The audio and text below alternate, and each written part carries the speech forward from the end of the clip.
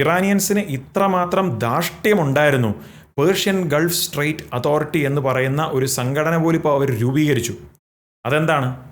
Iranians പറയുന്നത് ആ ഒരു അതോറിറ്റിയാണ് ഇനിയും സ്ട്രെയിറ്റ് ഓഫ് ഹോർമൂസ് കടലിടുക്കിലൂടെയുള്ള എല്ലാ ഷിപ്പിങ്ങിനെയും കൺട്രോൾ ചെയ്യുന്നത്. അവരിപ്പോൾ പറഞ്ഞിരിക്കുന്നത് ഇറാനിലെ മുബാറക്ക് എന്ന് പറയുന്ന സ്ഥലം മുതൽ UAE തെക്ക് ഫുജൈറ വരെയും, പിന്നെ ഇറാനിലെ ഗഷം ഐലൻഡ് ആ ദ്വീപ് മുതൽ UAE ഖെയ്ൻ വരെയുള്ള സ്ഥലങ്ങൾ അത് ഇറാൻ്റെ പരിധിക്കകത്ത് തന്നെയായിരിക്കുമെന്നും, അങ്ങനെ വരുമ്പോൾ UAEയുടെയും ഒമാൻ്റെയും ആ കോസ്റ്റൽ വാട്ടേഴ്സ്, ആ വെള്ളത്തിൻ്റെ ആ പ്രദേശങ്ങൾ പോലും ഇറാൻ്റെ പരിധിക്കകത്ത് വരുന്നതാണെന്നുള്ളൊരു നിലപാടിലേക്കാണ് ഇപ്പോൾ നീങ്ങിയിരിക്കുന്നത്. അവർ വളരെ ധിക്കാരത്തോടു കൂടിയാണ് ഇപ്പോൾ പ്രവർത്തിക്കുന്നത്.